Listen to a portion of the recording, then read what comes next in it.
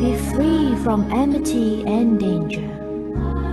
Be free from mental suffering. Be free from physical suffering. May they take care of themselves happily. May all beings be free from suffering. May whatever they have gained not be lost.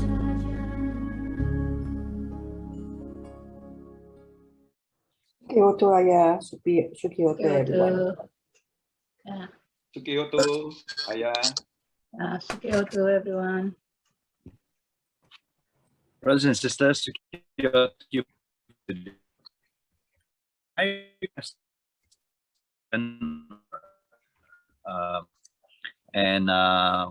Keep your mic on mute unless you're speaking, please, so that we have a clearer line of communication between all of us. Thank you. And with that, may I invite all brothers and sisters to join me in paying respects to the Buddha, Sangha, and Ariya by bowing 3 times. First bow. Second bow. Third bow. Secure. Be well and happy always. Good, yeah. And may I now invite Ariya to lead us in the taking of refuge and precepts to start our Ariya Dig this afternoon. All right, thank you, Brother Dhammajiva. So, brothers and sisters in the Dhamma, thank you for together to learn and to practice the Dhamma. So let us start our day by taking refuge, the Buddha, Dhamma, and the Sangha. The Buddha, the Blessed One, the Worthy One, the fully enlightened one, our great teacher. And to the Dhamma, the Noble Eightfold Path, the path that leads to the ultimate liberation. And to the Noble Sangha, the disciples of the Buddha, and the field of merits for the world. So you may recite Chapter the Venerable to take this salutation and also refuge in a triple gem. Arahang Sama Sambuddho Bhagava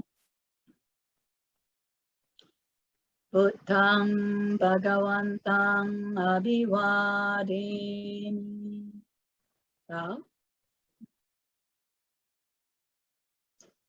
Swakato Bhagavata Dhammo Dhammang Namasami.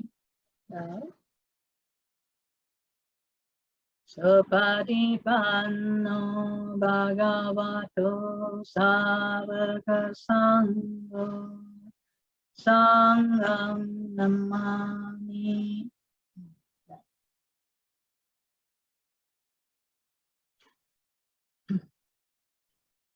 So you may recite after the Venerable, yeah? And maybe Dhammajiva can represent all to recite, yeah? Yes, I am. Namo tassa bhagavato arahato samma sambuddhassa. Namo tassa bhagavato arahato samma sambuddhassa.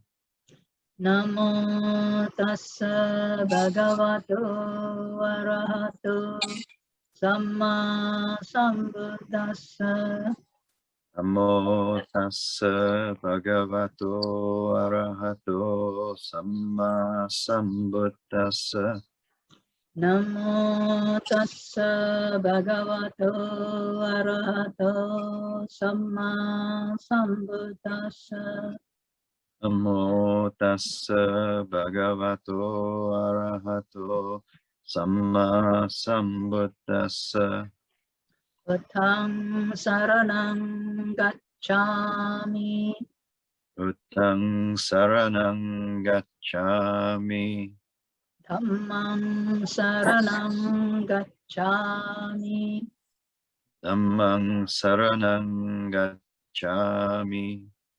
Sanghang saranang gacchami. Sanghang saranang gacchami. Dutiyampi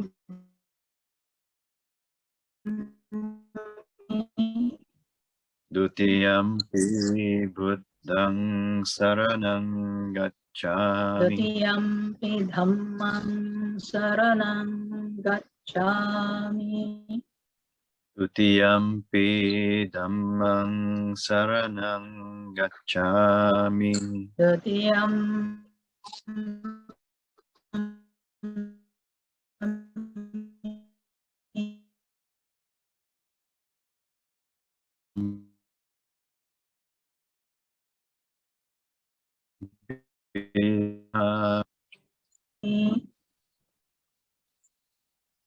Tatiyampi buddhang saranang gacchami. Tatiyam dhammam saranam gacchami. Tatiyampi dhammang saranang gacchami. Tatiyampi sangham saranam gacchami. Tatiyampi sanghang saranang gacchami. Panatipata viramani sikkhapadam samadhiyami. Anatipata veramani sikkhapadang samadhiyami. Adinadana viramani sikkhapadam samadhiyami. Adinadana veramani sikkhapadang samadhiyami. Anesu miccācara viramani sikkhapadam samadhiyami. Kamesu micca veramani padang samadhiyami. Viramani sikkhapadam samadhiyami. Musavada veramani sikkhapadang samadhiyami. Suraya macca pamani sikkhapadam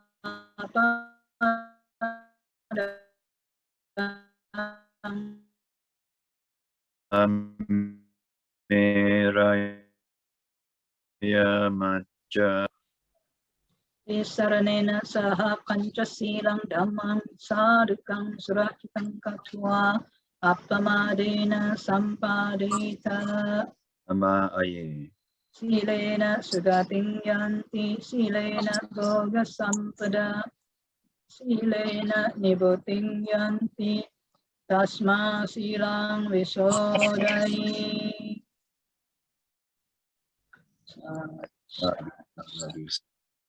So wishing all well and have a good and fruitful Ariya. Yeah?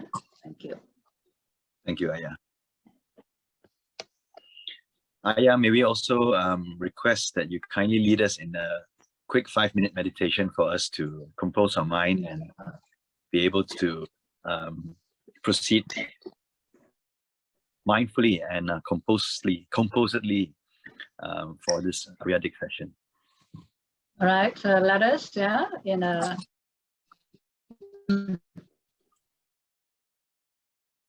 let us sit comfortably, as we come together to join Ariya. Sit comfortably and adjust your body to an up.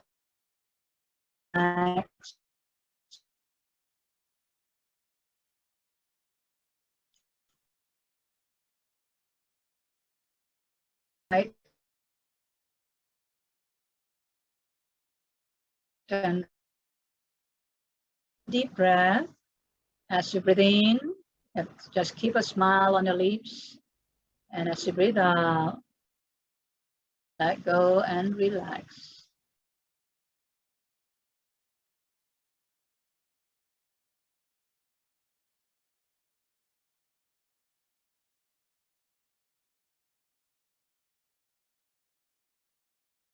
Breathing in, give yourselves a smile.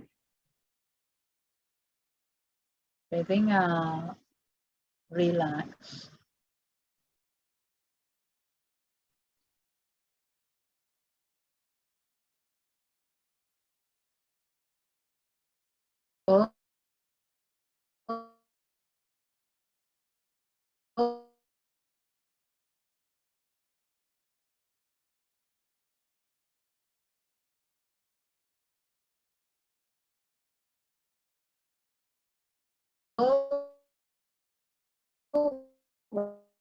Whatever in the body.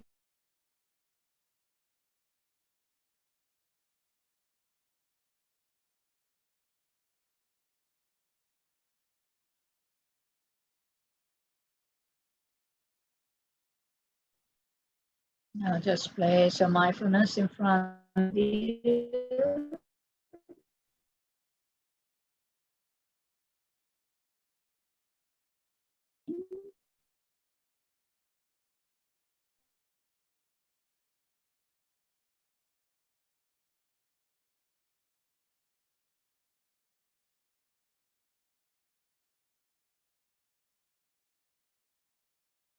And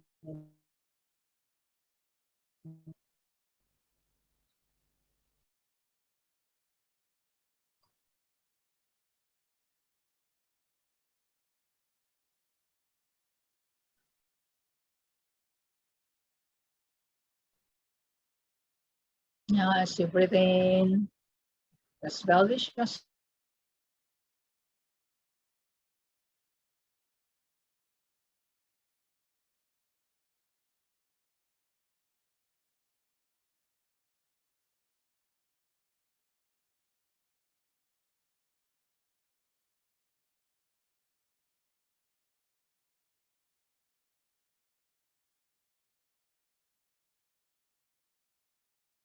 Now as you wish to be well and happy, you will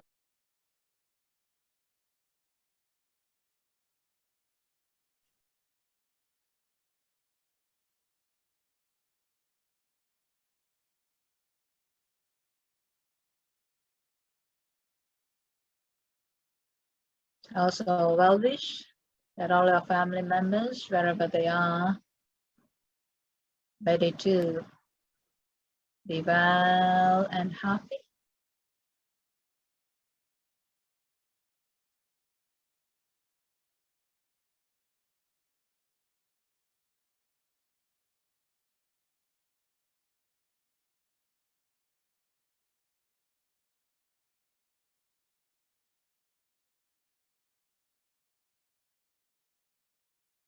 Now extend your good wishes, your love and kindness. May all beings be well and happy.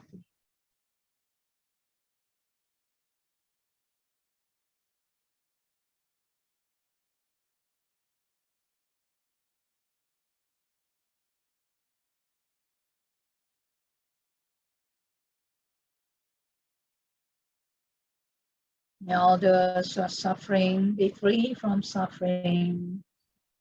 Those who are sick be free from sickness. Those who are in pain be free from pain. Those who are in danger be free from danger.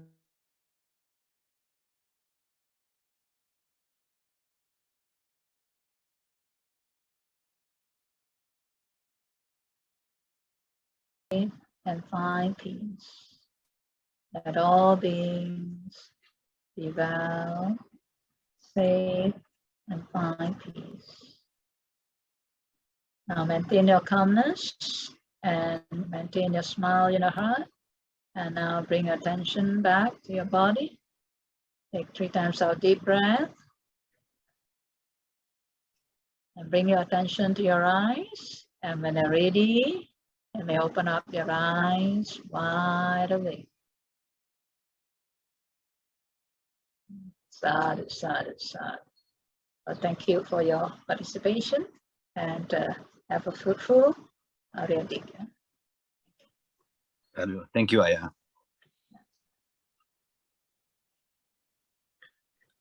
Okay, brothers and sisters, welcome to the first session of Ariya D.I.G's program. And we're very lucky today that we have our founder and abbess, Ariya Vihara, Venerable Sumangala, who is joining us as well. And also our pleasure to have Datuk Chia, our Dhamma speaker for all 4 sessions. Maybe I can have a brief introduction to Datuk. Andrea, do you have slides? So Datuk Charlie has already been a very well-known figure within the Dhamma circles. He's been a very well-respected Dhamma speaker for a very long time. I think his credentials speak for themselves. Perhaps we could invite Datuk Charlie just to say hi to everybody.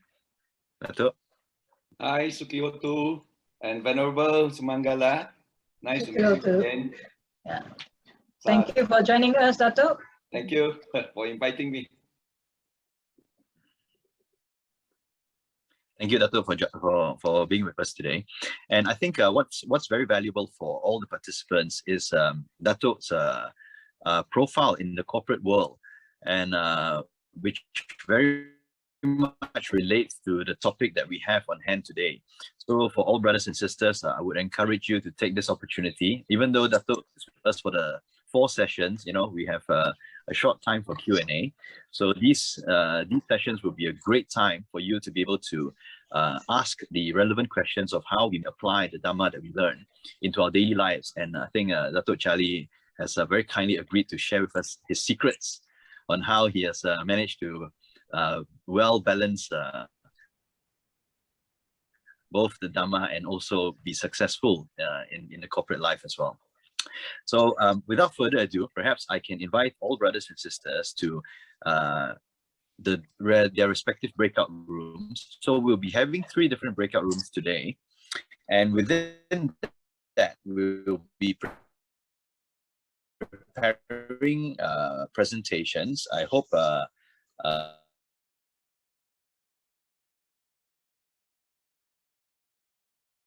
and after the session is over in the breakout rooms, we will come back to the main room, and each group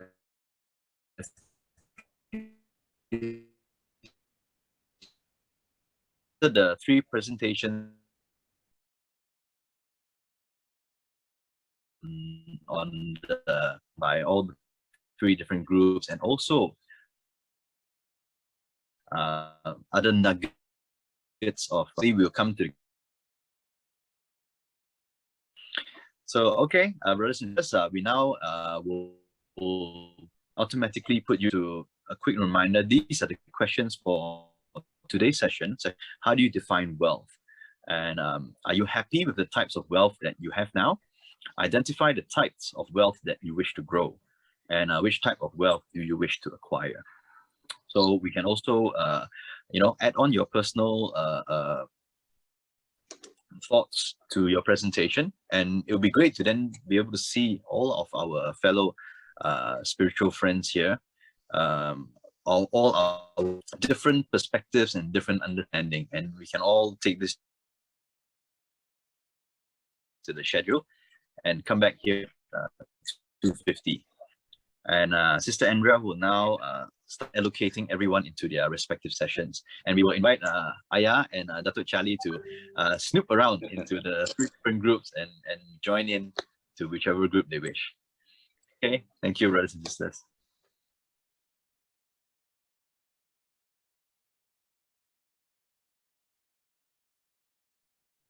Well, everybody come back with a smile. That is a good one. We haven't finished it, but how come it's We also haven't finished. we haven't finished it? We're still doing it. Okay. Why? 30 minutes, you have to monitor your time. No, Jason was trying to skip his answer. So he said, we only got 30 seconds. Okay, let's get out. we can't go back to our room, is it? Yes, everybody back to the main screen. Yeah. We got timekeeping one, you know. So maybe we can invite the first group who's ready to present, then the other 2 groups who are not ready, they can maybe quickly just fill up their presentation while waiting, while the first group presents. Yeah. Yeah. So maybe have volunteers for the first presentation. I think we are group one. Group one are ready, right? Sister June, Okay. are you ready? Who will be the one? Sister June, are you ready? I think Who will she's be the one muted. Sister June, cannot hear you. Yes, I'm ready. Sorry. Okay, can I I share accidentally screen? muted myself. Yes, please. Wait, Thank you, wait, sister. I need permission to share screen. I'm Yes, Sin Loy. Choosing Lloyd, just for a while. Okay, it's done. I Okay. can't see. You can share. Yeah. I will stop Okay, sharing. Oh, yeah. What are you going to do? Okay, so this one is our for group one. Okay. All right. So good afternoon, brothers and sisters in the Dhamma. Ariya and the speaker, Datuk, Charlie. So group one, this is what we came up with. So we agree that this is how we define wealth. We, not the Buddha, all right?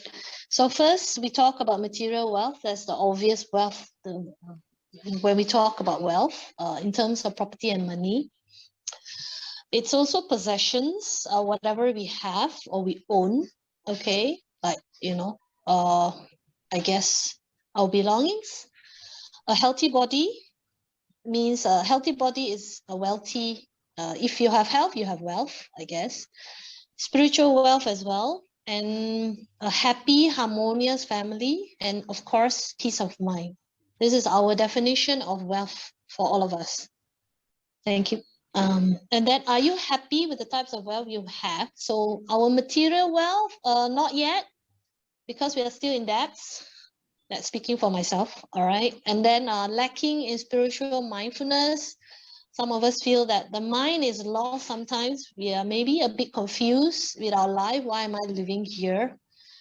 And some of us are only 70% happy with the family, because sometimes we still have our problems with our family, no matter how happy we are. Okay. And the types of wealth we wish to grow, that means we already have it, but maybe it's not enough. Our spiritual wealth in terms of our mind, a calm mind, a balanced life, gratitude, maybe not enough gratitude, monetary and energy when needed. We want to have, let's say, if we need the energy, it will come. If we need the money, it will come. All right, a happy, peaceful mind with the family. So we don't like complain about our relationship with our family, no matter no, because if we're living with people, even with our family, we don't always see eye to eye. We don't always agree with what each other do, I guess. All right. Then we want to have wisdom, Dhamma, realization and practice. I mean, we do know some, but maybe not enough. We would like to grow our faith in the Dhamma. We would like to learn, understand, remember, and recite all the teachings and suttas. And we would like to have a better sila or virtuous behavior. Okay, and the final question is, what type of wealth you wish to acquire? To our understanding, basically our group understanding is, this is something that we don't have and we would like to have, to acquire. So faith is Buddha, Dhamma, and Sangha. Free from suffering. We have more learning, virtuous behavior. We have moral shame and moral dread, hiri and otapa. And we have more wisdom. I think that's the group one, what we want to have, right? Group one, anyone want to add in case I'm wrong? No, thank you. This is from group one. Thank you very much, Sister Lee. Thank you. Great. Can we have the second group, please?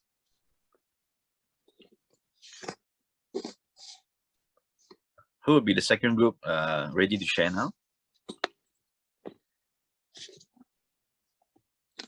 Oh, second group is I think it's me. I mean, it's our group, right?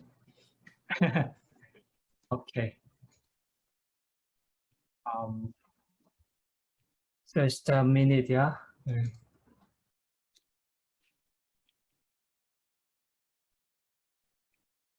Okay, I hope you all can see this clearly.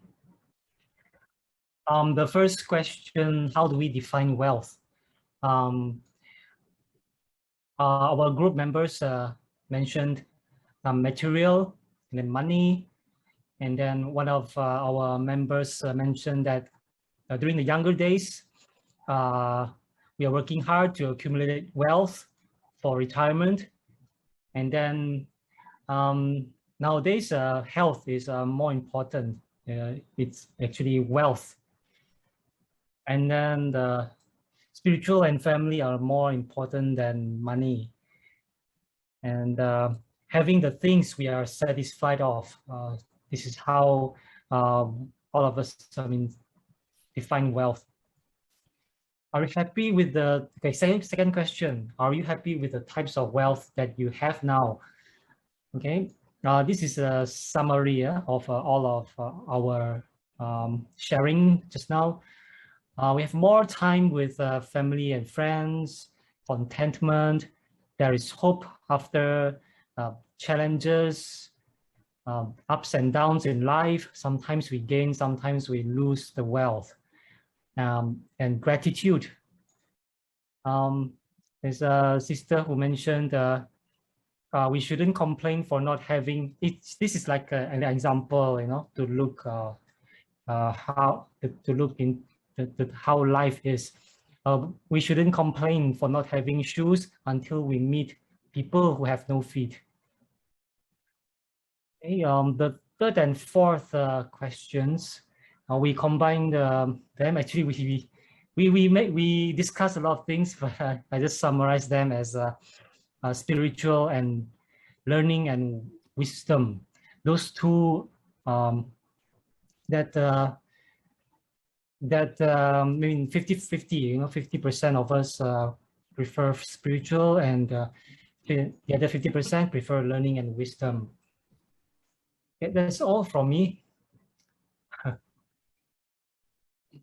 Great, thank you, Brother Jason. Welcome. Okay, may we have group 3, please? Okay, actually we have we were going through the 3 different suttas, so we actually have not had the time to answer the 4 questions yet, unfortunately.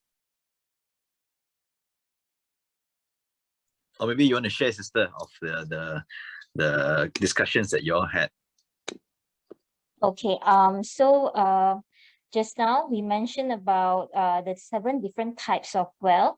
Okay, and over here, wait,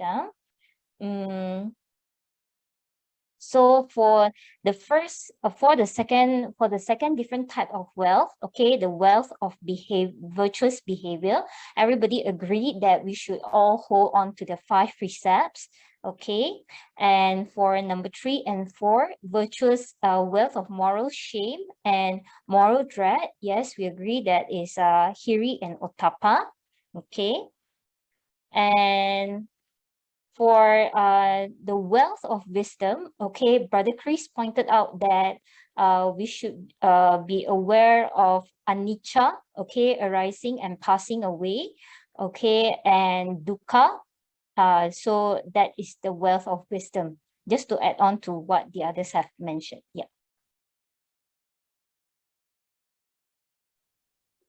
Okay, great. Thank you very much.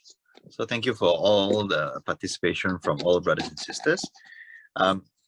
So with that, may I now invite Datuk Charlie to share his thoughts with us, and also sharing on the teachings of the Buddha on this very popular topic of wealth.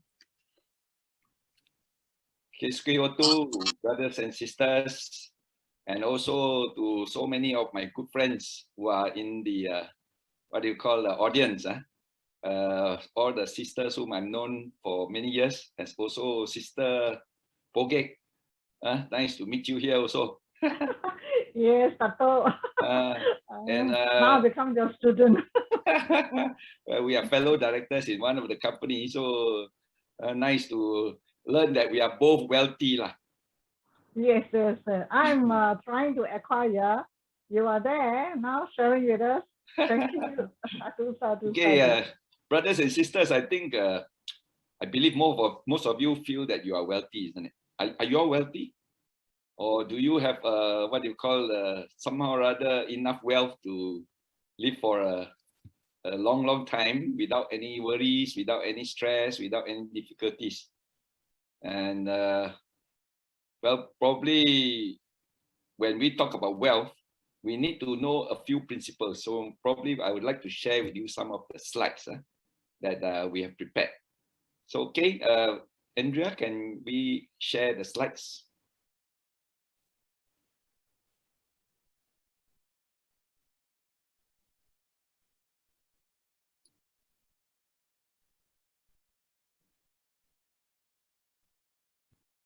Okay, before I begin, brothers and sisters, basically, I think there is a lot of misunderstanding among our Buddhist community.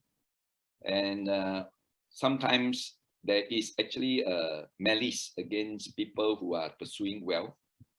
And at the same time, I think there was also a misunderstanding that pursuing wealth is actually not conducive for the practice of the Buddha's teachings.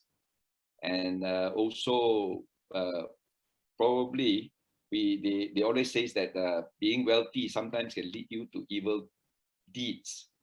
And a lot of people who are not kind and not what do you call well-behaved are usually the wealthy people. And I think we have to try and correct some of these issues first before we start to look into the various teachings of the Buddha in helping us to understand better. Now, are Buddhists only pursuing a teaching that eventually will lead us to a renunciation? Because at the end of the day, there is this fallacy that we will only be happy when we give up everything, or when we become sort of like renounced all material possessions, and especially wealth. Then only happiness will arise. But can we be happy while we are pursuing wealth? And can we pursue wealth and practice the Buddha's teachings without having any difficulties and also dilemma that often than not is posed to a lot of our friends, and saying that, well, it's sometimes quite difficult to practice the Buddha's teachings as a result of the, what do you call, the doctrines of renunciation. And there is a lot of contradiction that if you are practicing the Dhamma, certain things you are not allowed to do, certain things you are not allowed to pursue, certain things are not allowed to be in your frame of mind. So let us now look at the Buddha's teachings first and see whether does the Buddha only teach us for the renunciate, or the Buddha now have what we call the fourfold Sangha, which is both the renunciate as well as also the lay people, right? Next slide.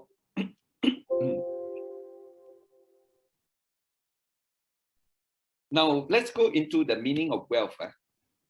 And if we were to look at some personalities like Bill Gates, now we all realize that Bill Gates is very rich. He actually has so much money that he cannot spend it all by himself. So he has to set up a foundation and then put all the monies in the foundation so that it can be of service and need to the many, what you call, undernourished, underprovide, and also to help shape up the community of the world so that it will become a better place for everyone. So he has actually came to a conclusion that being rich is good because you probably would be able to do a lot of things that you wish to do. And at the same time, you develop what we call a purpose and a meaning. And then thus wealth then becomes very meaningful. And I think Bill Gates, together with some of his friends like Warren Buffett and they have actually given up a lot of their wealth to foundations so that it can achieve some purpose in life. We also look at the personality like Dalai Lama, or even in the past we have Sister Teresa. Well, they are religious people, and religious people who owns nothing. But at the same time, they are well provided for. They have all the facilities at the back of their call, and subsequently, they then maintain a good peace of mind, a happy mind, a spiritual rich mind, and thus they became what we call rich in that manner, or we call it wealthy. So this topic has come about where sometimes I do go and speak, and the topic is called Rich Buddhist, Poor Buddhist. It comes from, of course, the Rich Dad, Poor Dad story by Robert Kiyosaki, where you want to choose whether you want to be a rich Buddhist or whether you want to choose to be a poor Buddhist. But the question is, what is their definition? So definition, of course, in Webster, New World Dictionary, is that when you consider yourself rich, means you have more than enough of material possession or money that is necessary to satisfy the needs of your desired lifestyle. Now, in this material world, you need money for a lot of things. You need to have certain wealth in order to take care of certain needs. But if you have earned enough or accumulate enough, more than is necessary to maintain that lifestyle and to satisfy the need of that lifestyle, then when you have that surplus, you are said to fall into the category of wealthy or rich people. Of course, if you have no ability to accumulate all the material resources and you are lacking in it, with little or no means to lead a very comfortable life, according to your expectations, because different people have different expectations. And once you have the inability to satisfy this living lifestyle, then in your mind, you are always in stress. In your mind, you're always said to be what we call poor, because you can't afford the things that you desire. So the difference between a rich and a poor basically come with whether you have pursued and have enough material possession to satisfy your desired lifestyle, depending on what kind of lifestyle you have chosen and your philosophy of life from then onwards. Next. Now, most cultures today would have us believe that wealth is measured by how many material things that we own. But we are rich because we own many houses, we own many cars, we own many bank accounts, we have a lot of what you call investments, we have a lot of shares in companies. So this is the measure that we are using now. But unfortunately, with all these material possessions, seldom are we what we call satisfied, because money is not enough, never enough. So many of us will then feel discontented and dissatisfied, although we may have more than enough, because we never put our money where it is supposed to be. So you can earn a lot, but at the end of the day, you never spend it wisely or fruitfully, or even spend it at all. You can be counting your money every day, but if you don't spend it, that wealth is actually of no use to us. It's like in the early days when we were in early schools, we call this story Old King Cole was a merry old soul, and he keeps counting his money, but he doesn't spend. I remember there was this Punjabi man, in Kuantan when I was actually posted there, and I have this safe deposit box in the Hong Kong and Shanghai bank, so I have to go and keep my documents. I have to keep some of my what you call my wife's jewelry. So at the end of the day, you see this Punjabi man every morning. He will make it a point to go to the safe deposit box, and he will sit down on the floor, pull out all his deposit box, and you see he will be counting his what you call share certificate. He will be counting his cash and money and possessions. But he wears a very tattered slippers, tattered shirt, and his turban is almost totally discolored. So he can be very rich, but at the end of the day, he has never put the money to a very good use. And there is always a saying that money is not yours until you spend it. Is that true? Because you can be rich, but it's only a number in your bank account or in your, what you call, register of shares. But at the end of the day, you need to be able to make use of the wealth if you have accumulated. So the yearn to consume more and more will then translate into a desire that can all too easily become a bottomless pit.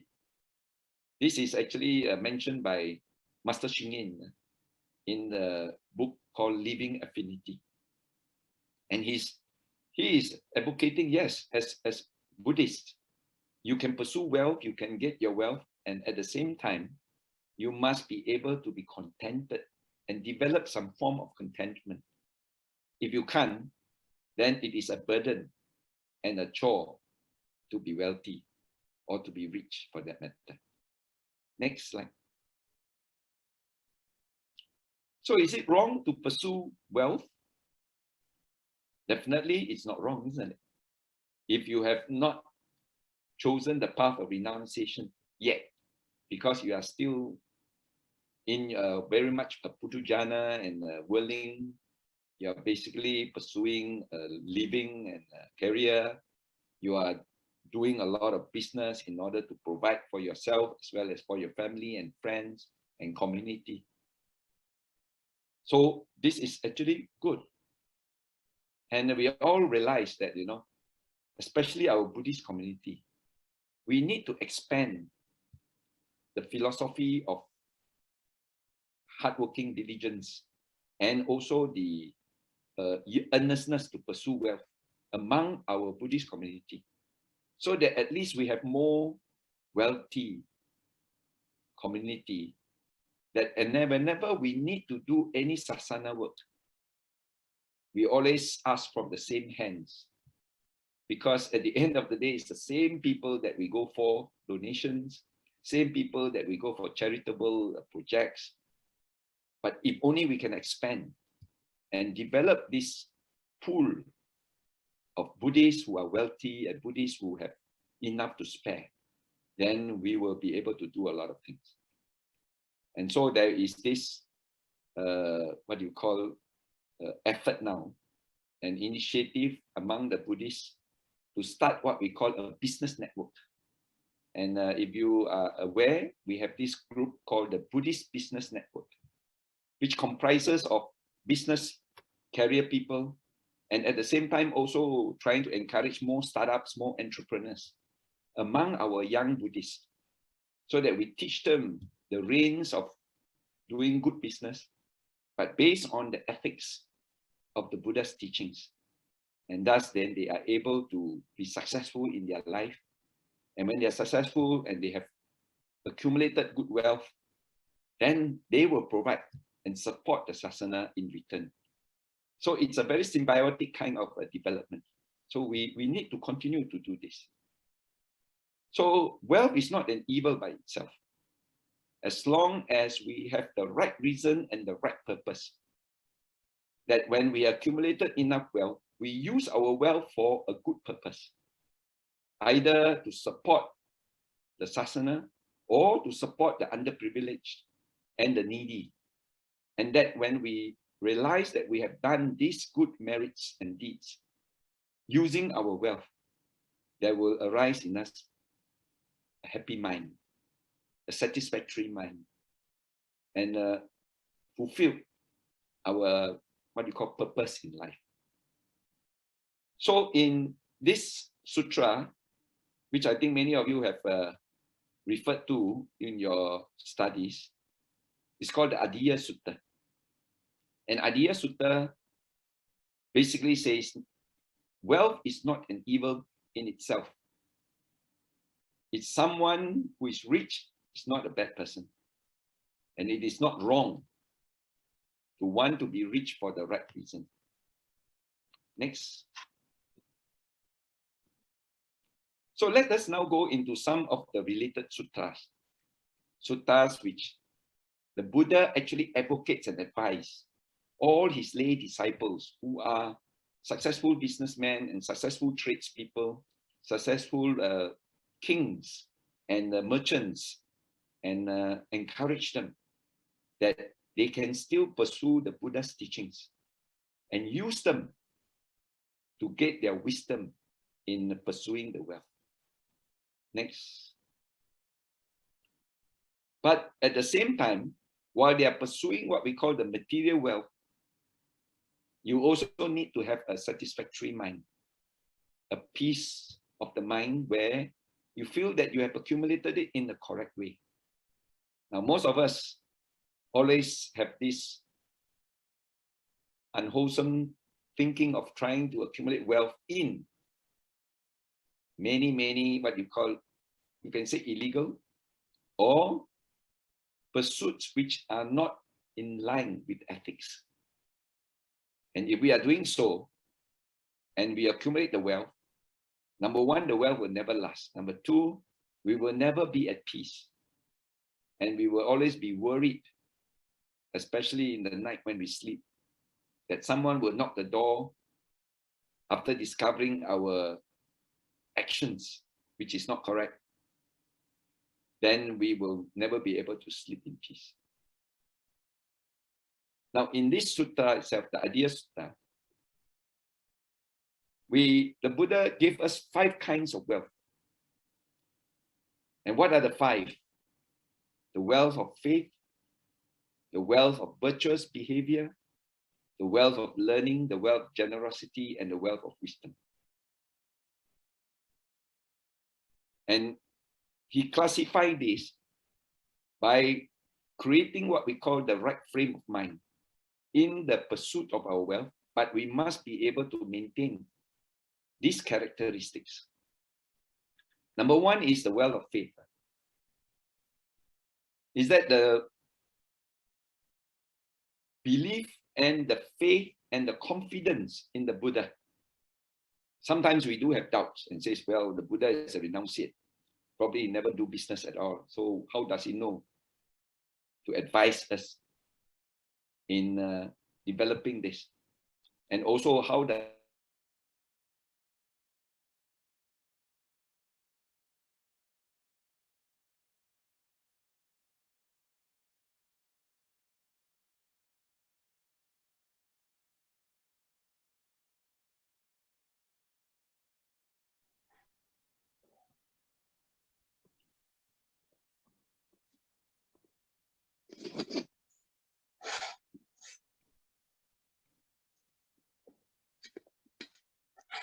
enjoy aspect? Okay. Okay, so basically, the one of the wealth that we should accumulate at this moment is the wealth of faith. Number 2, the wealth of virtuous behavior, moral, ethics. Now, one of the principles in our Buddhist business network, when we work with each other, when we refer businesses to each other, we always maintain that there must be an ethical conduct. I give you a very simple example, that when you do business with each other, you have to be truthful. You have to actually reveal. You actually got to advise. You actually got to let people know if there is any weakness in the products that you are actually marketing. I remember when I was doing a development and there was a supplier who is actually one of our members participating in BPN. And eventually I, place an order for this hot water tank to be put inside all the apartments.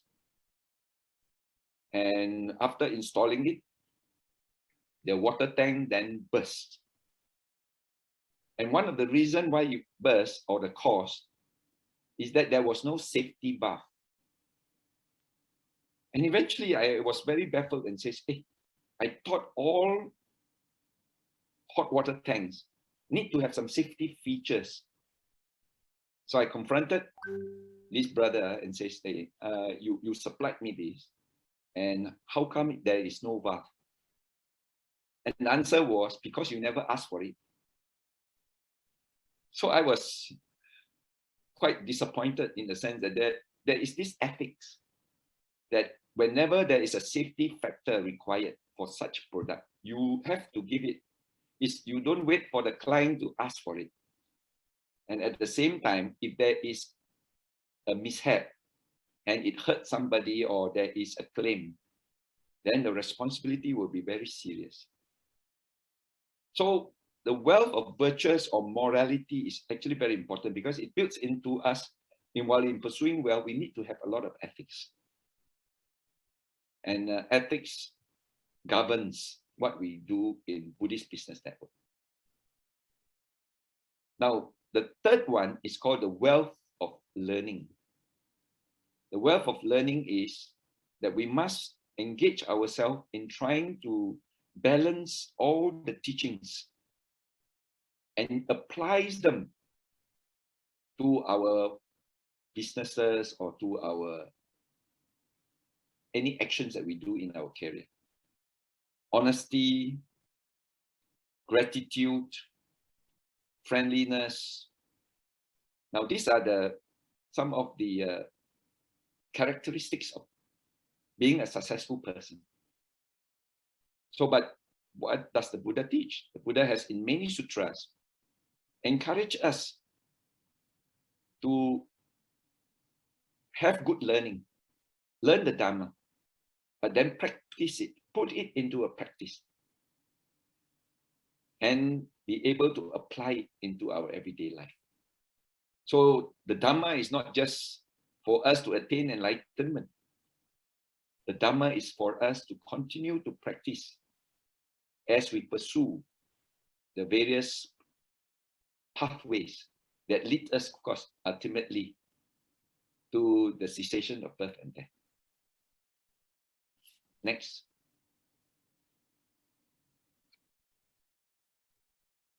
Next slide, please. So the fourth wealth, sorry, the one before.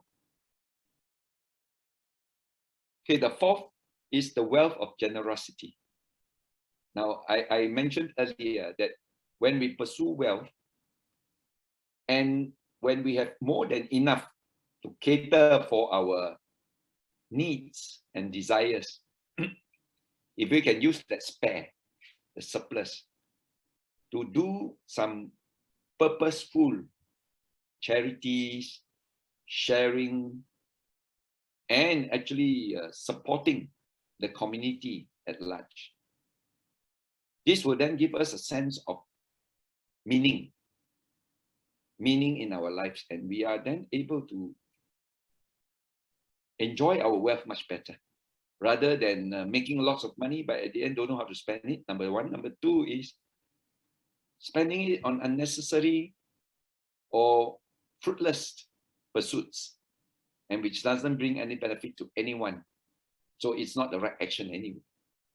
Because the right action is you do an action which benefits yourself and you also benefits others. Then, of course, there is this wealth of wisdom where you develop a good philosophy and a doctrine that you are able to accept crises and changes, because all phenomena are impermanent when they are conditioned to exist. And you will be meeting with a lot of changes that is going to take place. It can be a failure in our business. It can be a, what you call a crisis which arises, which taxes our ingenuity and also our thinking processes, and which can lead to a lot of suffering and a lot of difficulties. So if we have this understanding that changes or impermanence are inevitable, and since it's inevitable, we can then actually overcome it with a much more confidence and peace of mind. Now, there are many crises, even in my work before, I meet with a lot of difficulties and indecisions and also non-approvals. And whenever this kind of circumstances arise, you get very stressed out. But then you will say that, well, these are some of the challenges. These are some of the impermanence and changes that can occur anytime. And if we are able to think like this and accept the change as part of a natural process, our mind will always be at peace after that. And we know that a lot of good seeds of karma energies arises because we have maintained a good mind. When our mind is positive, when our mind is confident, we will always be able to allow our good karmic seeds to ripen. But when our mind is desperate, angry and frustrated, these are negative conditions which are conducive for our bad karmic seeds to generate. So if we want good happenings or good solutions to overcome our difficulties, always maintain a positive and peaceful mind. And this comes from the wealth of wisdom. So the Buddha in this sutta mentioned that when one has faith in the Tathagata, unshakable, well-established, develop good moral behaviors, loved and praised by anybody else, and people believe in you, when one has confidence in the Sangha, and your views have been straightened up, and you have good learning, you have good philosophy, you have good doctrines, they say that one is not poor, even when one's life is not lived in vain. Because if you have not, put it this way, been achieving through your wealth, at least your life is not in vain. So therefore, an intelligent person who remembers the Buddha's teachings will be intent on faith and virtuous behavior, confidence, and the vision of Dhamma. Next.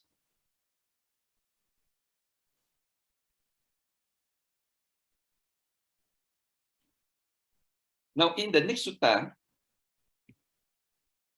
which is the Anguttara Nikaya of chapter 7.5, let me see if I can bring you to that sutra.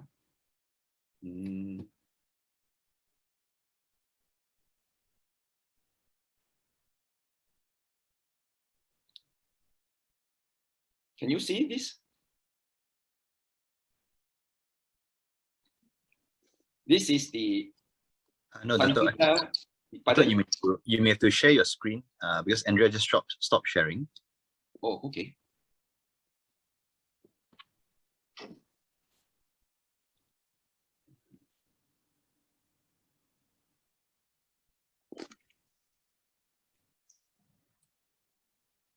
So I think basically, let me control the screen better.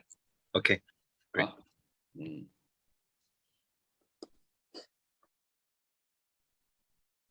Okay, can you see? Yes, Datuk, we can see now. Okay, good. So the Sankita Dana Sutta basically talks briefly about wealth, right? That means the Buddha in this sutta also mentioned very briefly what are the wealth that we will accumulate, not only material, but also spiritual. Now, what are the 7 wealth? Number 1, of course, is the wealth of faith. Number 2, the wealth of moral behavior. I think we have all mentioned that just now. And there is the additional called the wealth of shame, that you are able to take criticism and thus able to improve yourself. So if you have that ability and that philosophy, you are said to have wealthy in that sense. And 4th is the wealth of fear of committing an offense, which is when you deter yourself from doing actions which can actually be effective as an offense, then you will prevent yourself from doing a lot of bad things. So this wealth is also very important. 5thly, of course, is the wealth in learning, especially in the Dhamma. 6th is the wealth of generosity. And lastly, of course, the wealth of wisdom. Now, this is also another very strong reiteration by the Buddha regarding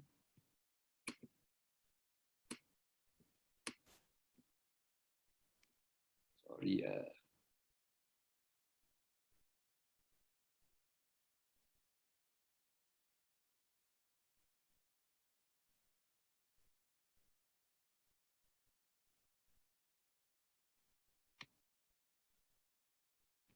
Is the screen on? No.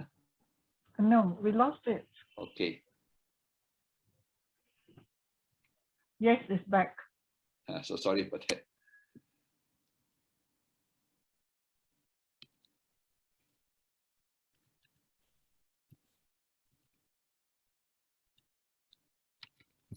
So now let's just go into the wealth in detail.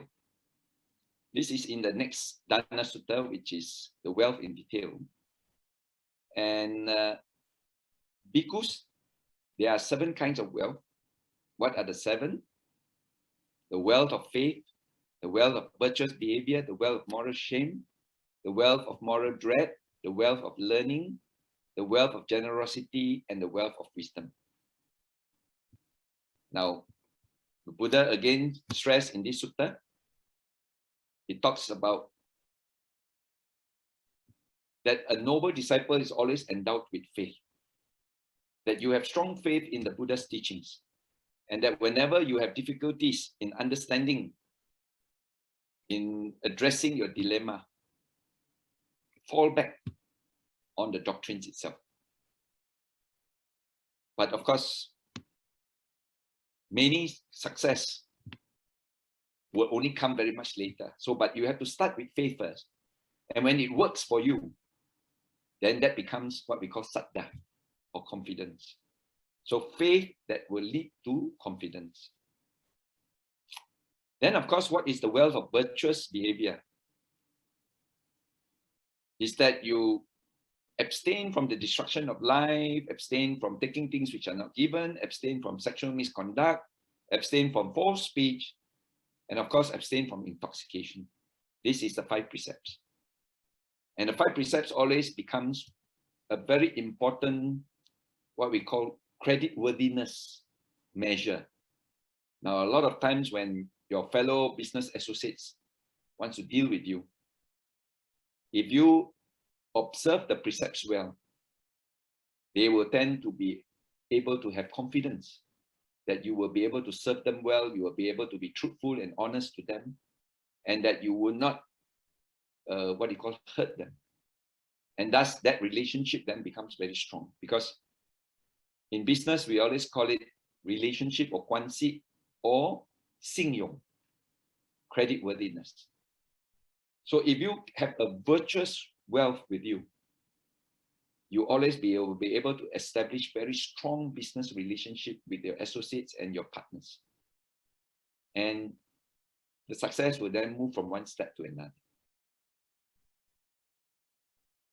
The third one, of course, is the wealth of moral shame. Like I explained earlier, that because you are embarrassed by what the difficulties and wrongdoings and misconduct, then you will tend to make yourself avoid doing all this. So moral shame is the one that is actually protecting us. Unfortunately, if you have people who are doing a lot of misconduct, but they still justify the misconduct. They still find that, well, everybody does it, so I will do it. There's nothing wrong with it. So there is no moral shame. And when you don't have that moral shame, you will not be able to, refrain from doing all these items. Next.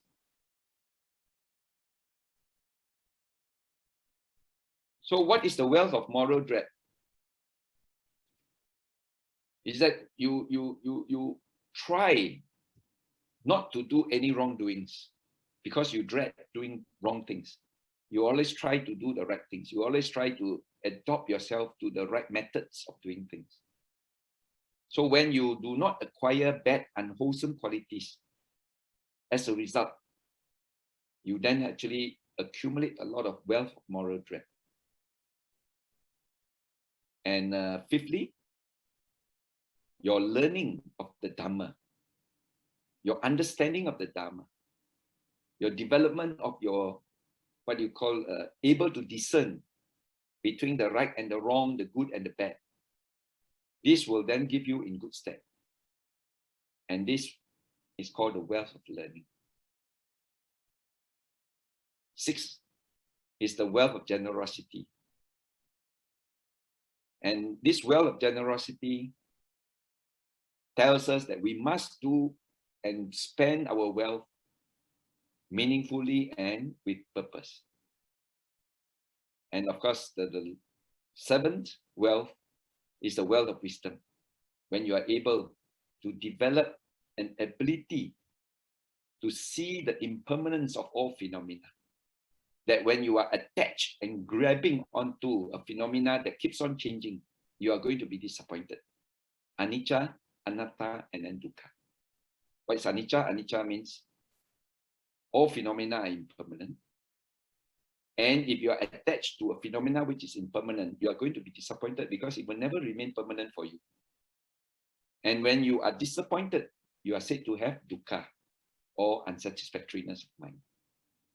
So the 3 characteristics of phenomena, anicca, anatta, dukkha, gives rise to insight or vipassana and understanding.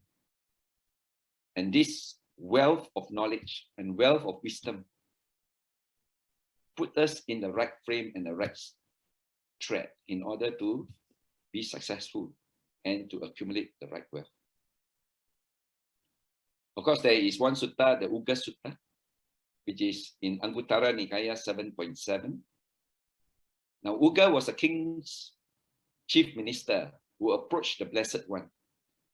And he says that I'm amazed, and astounded by how the Raja, the Magra of Rohan, which is so rich and so great and wealthy. So he was very amazed by this. But the Buddha then advised and says, how is the richness and how much wealth does Magra of Rohana properly have? And Uga answered, well, he has 100,000 units of minted gold, not to mention silver. But the Buddha then answered, there is that kind of wealth, Uga. This I don't deny. But that kind of wealth can be taken away by fire, water, kings, thieves, and displeasing heirs. However, Uga, these 7 kinds of wealth cannot be taken away by any of these above. And what are the 7? Again, the Buddha then repeats and expounded the wealth of faith, the wealth of virtuous behavior, the wealth of moral shame, the wealth of moral dread, the wealth of learning, and the wealth of generosity, and finally the wealth of wisdom. Because these 7 kinds of wealth cannot be taken away by water, kings, thieves, and displeasing air. So we then have to look at the wealth that is accumulated by having a lot of business, a lot of money, a lot of possessions, which is important. But at the end of the day, you must also couple up and balance up with the wealth of the spiritual mind, the wealth of Dhamma. So there are 2 kinds of wealth. One is called the wealth of material possessions, and another is called the wealth of the Dhamma. And of course, the Dhamma, the wealth of Dhamma, or the gift of truth, is always the greatest wealth. But that we have to realize. But fortunately, we can use the wealth of the Dhamma to actually provide for us and enable us to pursue wealth with meaning, to pursue all the material possessions with great understanding. And thus we are then having what we call a very well-balanced life. So with this, I'm happy to share that accumulation of wealth is important, and we are encouraging each and every one of us to pursue without any guilt, provided that we must have a purpose and ethics and understanding and a good learning, and with the Dhamma behind us at all times. Then wealth is not evil. Wealth is not damaging, and it will hurt us.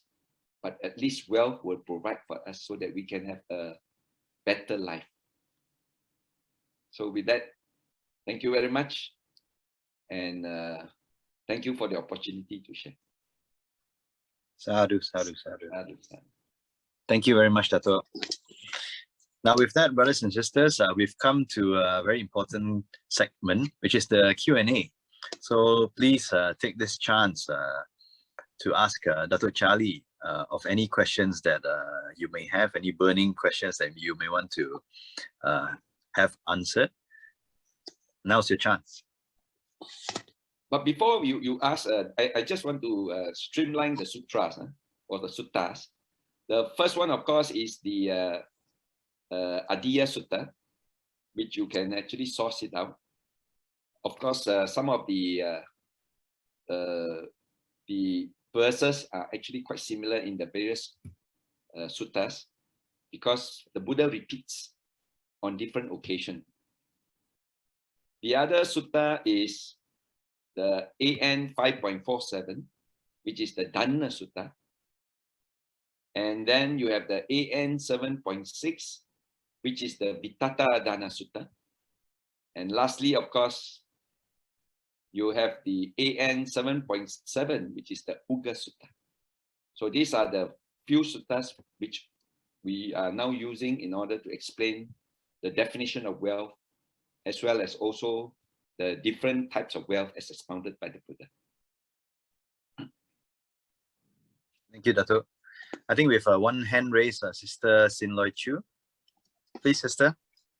Yeah, Suki Hotu, Datuk. Datuk, brother Sinloy, Sister Sinloy. Sinloy. Yeah. Okay. Yeah, it's okay, no worries. I was in your Dhamma work class before. Yeah. Can you hear me? It's breaking on and off. Sorry. Yeah, I was saying I was in your Dhamma works classes before, so this is a revision for me. But I actually have a burning question that I'd like to ask. If you want to answer me, it's okay, because it's actually asking about your personal experience when you are working as a director or the management level, when you have to deal with the government officials in Malaysia. Sometimes they will ask for certain things that is not very legal. How do you deal with them, or how do you persuade your other management level or your directors to work with you to conduct in a Dhamma way? Of course, not using the Dhamma word lah, but how do you do it ethically? That's my question. Okay, thank you. Basically, put it this way, if you have established yourself that you are following a certain ethics, and you also refrain from doing certain things, somehow or other people will recognize it. And at the end of the day, there will be no demand. But we need to build relationship. You know, when you are in business, you have no choice. Even amongst our, what you call, not government servants, among fellow business associates, there is this relationship that has to be developed. And I think we all have discussed this in Dhamma works. And at the same time, you don't give it in order to get things done, but you give it to appreciate what they have done for you. In other words, to thank them. And it's like, no, thank you so much, you know, I should buy you a dinner. Thank you so much, you know, I should actually appreciate what you have done. I would like to give you a hamper. This is appreciation. But a lot of times people will mistaken this as a bribe, or as what you call, as a gratification. But the word gratification does not mean that you go to that person and says, you do this for me, I'm going to give you so much. But at the end of the day, you say, please help me, or we will be very appreciative of what you have done. And after the task has been done, approvals have been obtained, then you appreciate. You buy the family a box of chocolates, you buy the family a hamper when the time comes, and you go there without any request or any demands, but more of appreciating what they have contributed and helped you. So this is actually developing relationship. So we all learn that in Dhamma works also, and it's not what you call unethical. It is an appreciation, a gratitude. Even we have gratitude to our relatives when they are helping us. And at the end of the day, after everything is settled, we actually bring a good gifts. And we go and give the gifts and say, thank you so much for all your help. We really appreciate what you have done. But never to tell them or to predetermine and says, no, I'm want this to be done, but I'm willing to pay so much, no. So, but when this kind of ethics and habits become in place, right, and they know you, and when they help you, they actually have no what you call help out because they are going to get something, but they help because they want to have that relationship also. So that is developing in our Dhamma work, we call it Kwansi. Kwansi is important in business. We have no choice, right? But you are not doing an illegal act and ask them to do an illegal act and cheat somebody in order to give you the advantage. No, do it faster. Get my approval, what do you call, pass as soon as possible. Thank you very much for all the help that you have been helping. Now, when you do this, it's actually appreciation rather than bribing. So I always adopt this attitude, and I thank them very, what do you call, very appreciatively, and says, thank you so much for all your help. And whenever they see me, they don't demand. They don't ask for things. But they know that because I am full of gratitude, at the end of the day, you know, when you go and present the gifts at their, what they call, to their family, oh, they were so profusely thanking you and says, thank you so much, thank you so much. You don't have to. I say, no, I really appreciate what you have done for me. Thank you. So you see that kind of reactions is different. So it's not doing something illegal. Yeah. So our company, we always have this, what do you call, our company, we always have this philosophy that we don't do anything illegal to cheat, but we will ask them to help us to expedite. They are supposed to do it anyway, but we encourage them to expedite for us and say, please help us, because we really need this approval by this time, you know, in order to meet the target dates. And they willingly, and so far, all the associates in the government sector has been helping us without demanding anything. So meaning the first impression that you need to give other people is to establish yourself in an ethical way, that you're doing things and saying what you mean and doing what you say. And then secondly is to ask appreciatively. That is the line. That means our intention is very important. Did I get it right? Yes. The impression that you give to them is very important. I give a simple example, you know, that when you attend a gathering or business gathering or cocktail party, you know, there'll be wine serving around, right? And then eventually, when they know you and they know that you don't drink, and you're holding a glass of orange juice, they will not insist. But you have to make known. You have to make known that I'm a Buddhist, and I am not, what do you call, I don't drink. And they respect you. And you still maintain the same relationship. But if you show yourself you are a great drinker, or they will make you drunk. But if you are not, and then they will appreciate what you have done and appreciate who you are, no issue. So some of the ethics and what you call our Dhamma actually establish us in the right position, then people respect. But you have to make known. Yeah. Okay. Understood. Thank you very much, Sadhu. Thank you. Any other questions from our group here?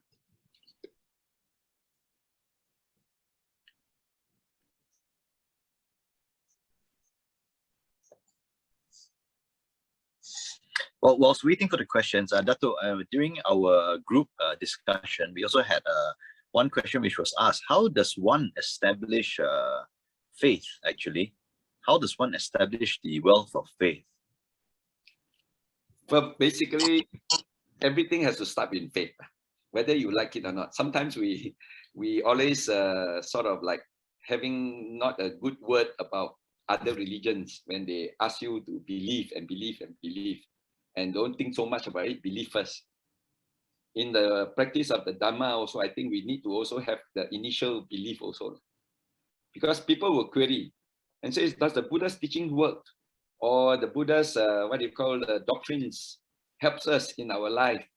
And can it really help us overcome our problems? So, but if you don't have faith, you will never put it to a practice. And when you practice it, then only you realize, it works. And what the Buddha taught is actually very practical and very useful to us. And that belief then converts itself into satta, confidence. And thus, the next time when you hear any of the Buddha's teaching, it's no longer faith anymore. It's actually confidence in the Buddha's teachings, and you believe, you strongly advocate that you will be able to overcome your problem as a result of the Buddha's teachings. So faith will always lead to confidence.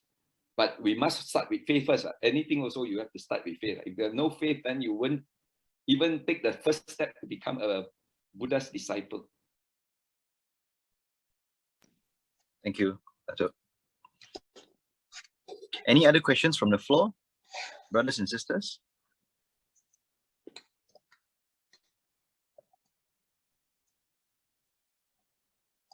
Any problems that you face in the course of your work or your business? Because this topic is about wealth. Of course, wealth on the spiritual side is quite well established, and a lot of what you call the very straightforward doctrines. But wealth on the material possession one is places a lot of our Buddhist practitioners in a dilemma, and whether they can do in that direction or not, and so on. So this is some of the dilemmas that you will face when you are practicing.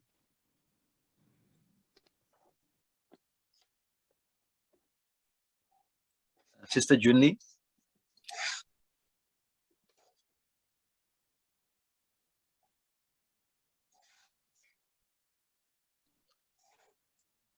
Sister Junli, you need to unmute, I think. Sukihotu, Datuk, I just want to ask a question about material wealth. Yeah, the Buddha says that it exists, and he acknowledges it. He acknowledged that, but he says that this type of wealth is subjected to fire, water, thieves, kings, and displeasing heirs. Okay, so it means that we can't really keep our material wealth, is it? You can't take along. That means when we are dead, when you are dead, you leave behind everything. So it means that whatever we have now, we just really doesn't belong to us. Is that what he wants to say? Unless we use it. I think the Buddhas in the sutras basically encourages that you not only you pursue material wealth, you also need to pursue spiritual wealth. So that was an encouragement to all the merchants and business people that he meets, and he advised them. And that's why he like said in Uga Sutta, he actually advised Uga and says, even your Raja, can have so much gold. At the end of the day, it can be gone. It can be robbed. It can be destroyed by fire. So as long as they don't get attached to it, and they can develop an ability to detach themselves and don't get disturbed as a result of the loss, as a result of the change, as a result of the damage, then that kind of mental strength is a much better wealth.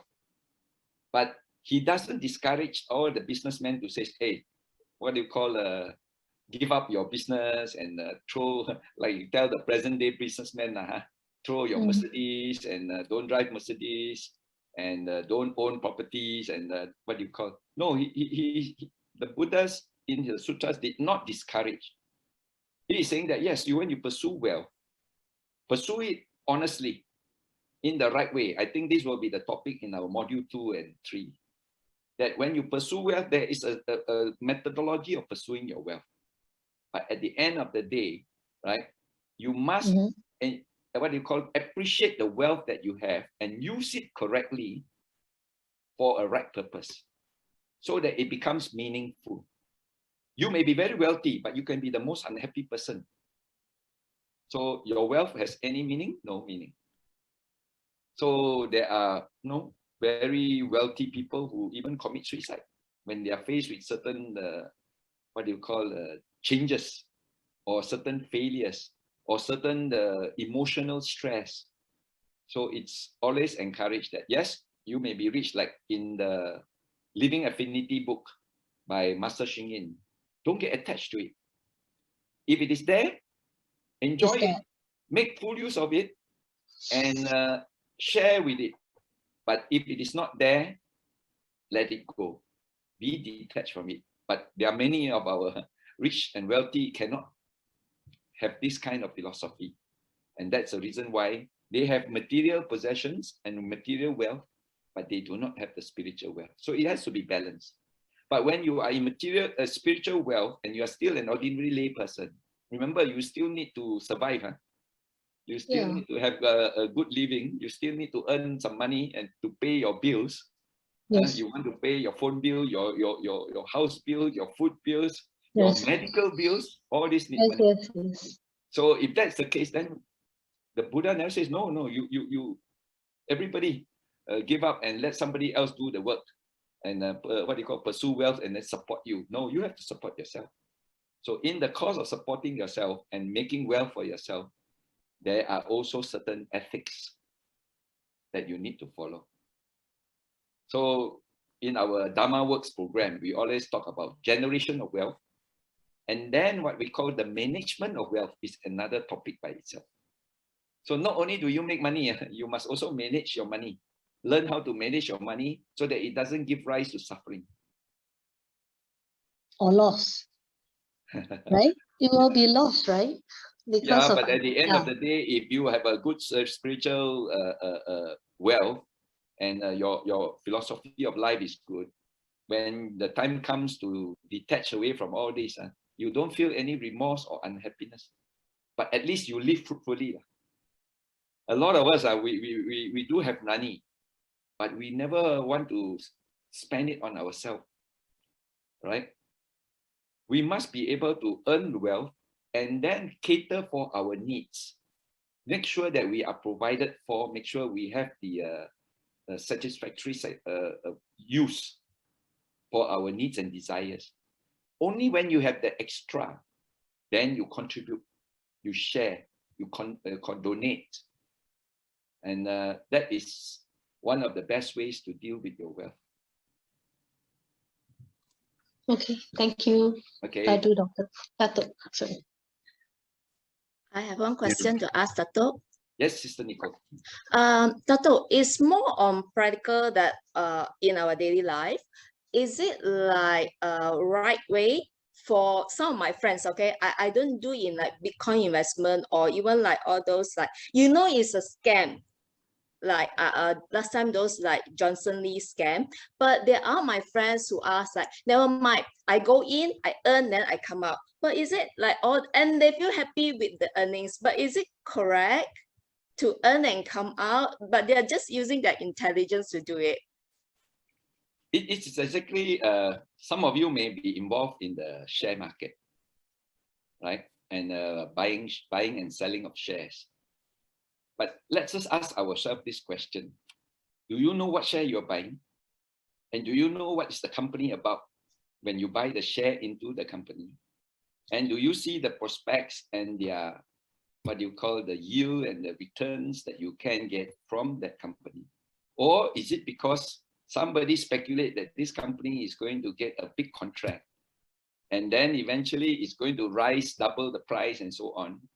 And because he buys, you buy, and you follow the herd mentality. There is a difference there. One is investment, the other one is casino. So the gambling is wrong. Yeah. Using your whatever that you have studied is correct investment. Yes. If you do a what you call a analysis, if you look into the pro and cons and study the what you call the returns and the workings and the prospects of the company, you even read their what you call prospectus and annual reports. Annual report, yeah. Well, if you have done so and you feel that the company is worth buying and investing, then by all means. And even if you lose, because there are always changes, then you must understand the philosophy of anicca also. That not everything is successful. Some will be what you call gain and some will be loss. They are all together 4 vicissitudes of life. So when you experience this, then our mind shouldn't be disturbed at all. And so that is an important understanding. So once we can maintain a good frame of mind and peace of mind, then we are actually heading in the right direction. Okay, thank you, Datuk. Okay, thank you. Any more questions? Perhaps you have one last question, if there is. Yes, hi, I'm Karen Lee here. Hi, Sister Karen. Hi, I just have one question. That is, how do you define the wealth of moral shame in the corporate world?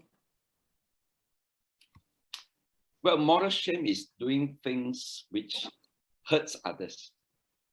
And moral shame also determines that there are certain actions which is what we call the morally unethical and morally not right for a person or a person of moral standing to do. So when you understand that this will give rise to shame and you are embarrassed if you have been discovered, there is a deterrent. You protect yourself. So the wealth is you develop a veil of protection because you do not want to be embarrassed, because you will be shameful if you were to do it. Then that prevents you from doing it. Do you understand? That is what we call the deterrent of moral shame. If we don't feel shameful, then we'll continue doing it. If we feel that we are justified in doing this, then we continue doing it. There are people who justify corruption and says corruption is, well, very normal and everybody does it, so I'm going to do it. But at the end of the day, if you feel that when you take this money and you are very embarrassed by it and you do not want people to discover it, and you tend to what you call refrain, you then practice a act of refrain, then that moral shame deters you, it protects you, it gives you an envelope. So it's a wealth by itself, because once you have that philosophy, it becomes a wealth, a spiritual wealth. Thank you. Okay, with that, thank you so much, Datuk. May I also invite Ariya to maybe say a few words on the topic that we have today? Yes.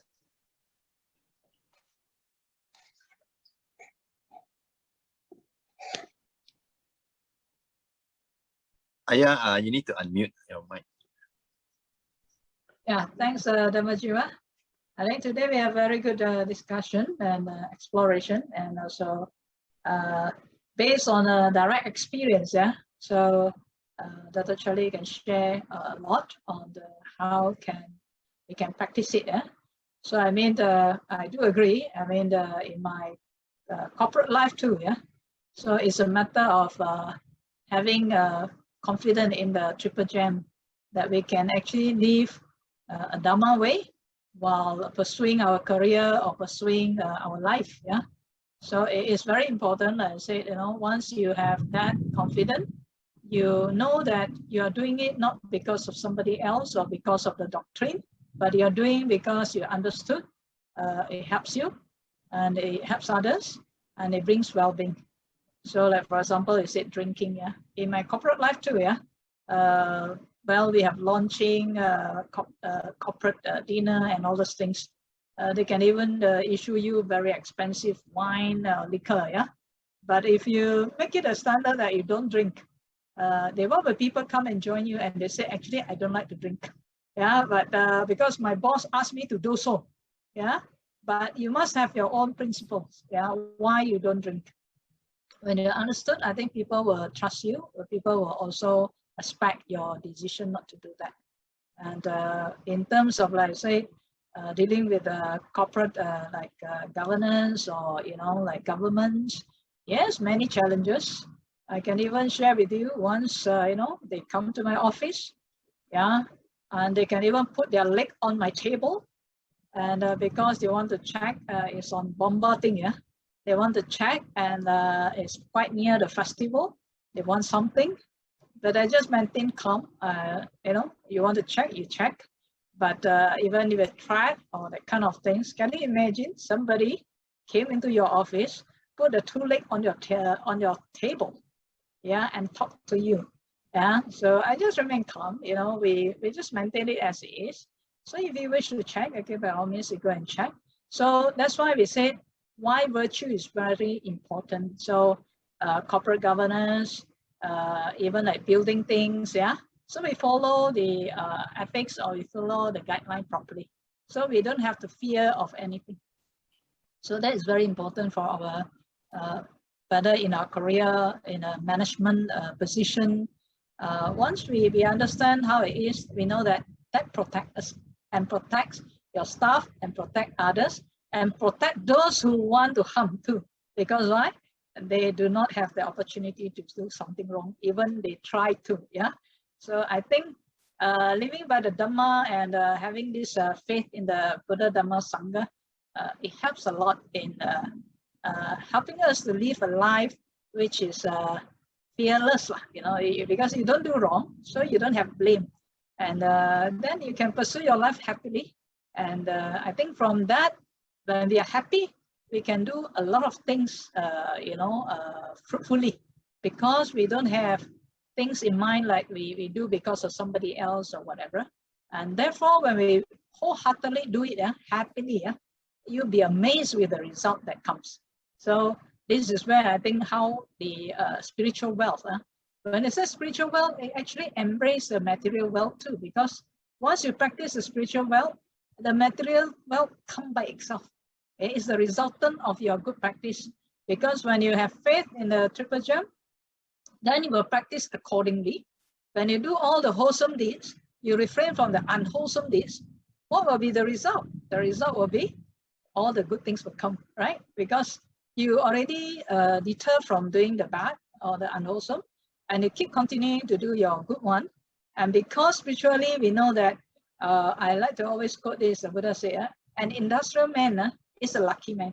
So when you are diligent, plus your ethics and all those things, you are diligent, definitely your wealth will be increasing. So you can be rich in your faith, rich in your virtue, rich in your kindness, rich in your generosity, and rich in your learning, rich in your wisdom. So I hope this would really inspire all of us to pursue this wealth. And this kind of wealth, of course, will help us in our daily life, in our spiritual life, in our family life, and also in our career. So I wish that all will be able to have this confidence. And I think definitely this discussion is very enriching. And also for Datuk Charlie to share with us, because we, from that kind of many years of corporate life, meeting so many kinds of different people and facing different challenges. And I think when you have faith in the triple gem, somehow the door is always open for you to overcome whatever that comes. Yeah. So thank you so much for your attention, and we wish all well and happy. Yeah. Thank you. Sadhu, sadhu, sadhu. Sadhu, sadhu. So may all brothers and sisters join me in thanking Datuk Charlie for his kind sharing with us today. Thank you so much, Datuk. Thank you. And may I also invite all brothers and sisters to join me in paying respects to the Buddha Sangha and Ariya by bowing 3 times. First bow. Sukihotu. Second bow. Sukihotu. Third bow. Sukihotu. Be well and happy always. Thank you, Ayah. And Ayah, may we kindly invite you to also lead us in the sharing of merits to close today's session. All right, brothers and sisters in the Dhamma. So with a happy mind, coming together for about 2 hours to learn, to discuss, and to deliberate on the Dhamma, on how we can live a fruitful life by the guidance of the Triple Gem. So of this merit accrue, may this merit continue to pave way for you to grow in strength, in a confidence in the Triple Gem, and in all your effort to abandon what is unwholesome and unskillful, and to cultivate all the wholesome states and skillful state, so be able to penetrate into the profound truth that leads to the ultimate freedom. So may this merit also continue to pave way for you to be an inspiration to all your family members, to all your colleagues, and in all that you do, so that more and more people will be inspired to walk the noble way, to find true happiness and true freedom. We also share this merit with the Devas and to all Dhamma protectors and guardian deities, and also to dedicate this merit for the spiritual well-being of our departed relatives. May I recite it in the Pali version to dedicate this merit, and for those who are able to recite together, then we can also share this merit with the Devas. Akasatta ca bhummata devanaga mahitika Onyang tang anumoditva Tirang rakkantu loka sasanam Tirang rakkantu desanam Tirang rakkantu mam paramti. Etavata jamhehi sambatang punya samparang Sappe deva, sappe satta, sappe bhutva anumodantu, sappa sampatti siddhya. So now let us also make aspiration to continue to have good connection with the Triple Gem and to always associate with the wise, and also to well wish that all in the world will find peace and happiness. Imina punya kammena mame bala samagamo satang samagamo hotu yava nibbana pattiya devo vassatu kalena sassa sampati hetu cha Pito bhavatu lokocha raja bhavatu dhammiko. Sadhu, sadhu, sadhu. Sakyoto Nibbana Pachaya. Sakyoto. Thank you, Ayah. Brothers and sisters, just to remind you, for session 2, which will be on the 21st of November, the third Sunday, the session will be on how did the Buddha teach us to acquire, enhance, and sustain wealth. So we are using back the same Zoom link at the same time at 2 p.m. to 4 p.m. So please check the study materials on Google Classroom on next Monday. I think Sister Andrea mentioned to me that it's already been uploaded. So you can actually look at the suttas that have been uploaded for session 2. With that, thank you very much, Datuk. Thank you very much, Ayah. Thank you very much, brothers and sisters. We'll see you in session 2 on the 21st November. Okay, thank you. Thank you. Thank you, Sadhu. Thank you very much, Datuk. Thank you, Ayah. Thank you. Sadhu, sadhu, sadhu. Thank you, everyone.